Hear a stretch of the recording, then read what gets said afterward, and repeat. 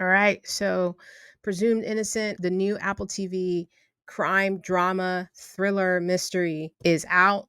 Episode 2. I'll be talking about episode 2. If you haven't seen any of these episodes, just know that I'll be talking spoilers. I'm going to go right into it. We get a lot of information in the first episode. Rusty, played by Jake, is having an affair with his colleague who is found dead in her apartment, and they find prints in her apartment and all over the bedroom, in the house, throughout the house, and those prints are from Rusty. And so he is in a hot seat. We also find out that she was pregnant when she died. He gets asked to submit to a paternity test. He declines. He said, basically tells his office to get a warrant, and they certainly did get a warrant. They go into his house at 6 a.m., execute the warrant, and gets the paternity test done right there in front of his family. Good God, what the hell? Everything is just a mess. His life is literally turning inside out, upside down. Not just his life, but his family's life, because he couldn't keep it in his pants. Now, what do you think? Is he guilty? Is he innocent? Curious to know what you think. Let me know in the comments. I'm interested in this story. It's so horrific murder that it's ending up destroying Chicago prosecuting attorney's office. It looks bad, especially when one of its own is suspected of the crime. And so that is the crux of the story here. So episode 2, a lot of things happen. So we know she's pregnant. He's a suspect. The affair didn't end a year ago, even though that's what we were told in the last episode. Wife didn't know it started up again until this episode.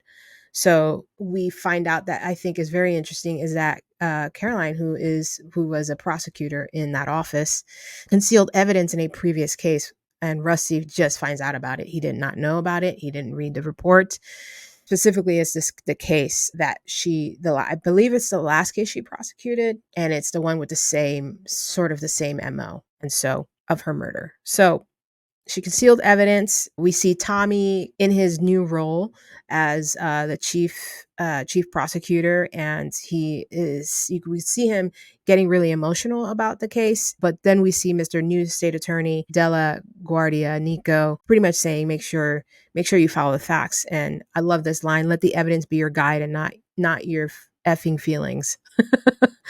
So really great line. Detective Rigo isn't answering any of Dusty's calls in this episode, and he's like, you basically has been calling her, and she just not answering. We get a scene that I think the scene is very pivotal, interesting, crazy, sick to my stomach. I just feel so sorry for this family. But we get a scene where the parents, Rusty and Barbara, tell the kids about the affair. And so that was heartbreaking to see. We then see Rusty kind of go after this one piece of evidence that is a sperm sample that was inconclusive. It was a second sperm sample. So he finds out that she hid that fact. And so now he's trying to figure out there was a second person involved in that murder, the Reynolds case. And he's currently serving a life sentence without parole. Rusty is trying to get a hold of his friend detective, and she finally picks up the phone and is basically pissed off at him for lying to him. And he's desperate to get in to visit. He doesn't have his clearance, so he is just a visitor. So he gets in, he tries to get Reynolds, who is serving life without parole, tries to get him to tell him like who else was in the room with you, and tries to reason with him and doesn't get anywhere. We also see in the episode that Rusty goes to Raymond for help, for him to be his lawyer, to represent him. Raymond is kind of in a place where he's kind of feeling like he wants to salvage his political legacy, and so he's considering defending Rusty, and he ends up doing that. And there's a court scene that's freaking amazing.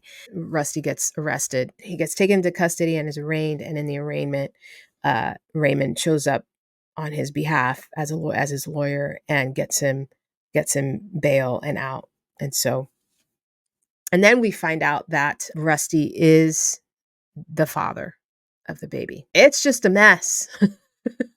Completely. He gets off on bail. Raymond does a really good job getting him out, starting the trial early. That is basically the episode. And now the way that this thing ends, The last thing we see is Rusty getting a text. And in the text, it says, "You were there. I saw you." So that's the way that ends. Episode 2. Freaking banger. Loved it. I thought it was great. I mean, the pacing feels just right. It's just so good. I'm really going to love talking about this show. We just finished Under the Bridge. It's a Hulu show, a really outstanding show. And it's a true crime. It was true crime with a bit of a twist. I also recommend that one if you're into crime dramas. That was fantastic. And I loved it so much. And so I'm happy to be talking about this series and excited to break it down and give you my thoughts every week. So let me know what you think. Do you think he's guilty? Do you think he did it? Next week is episode 3, and it's called Discovery. And I cannot wait. And so we'll talk to you later.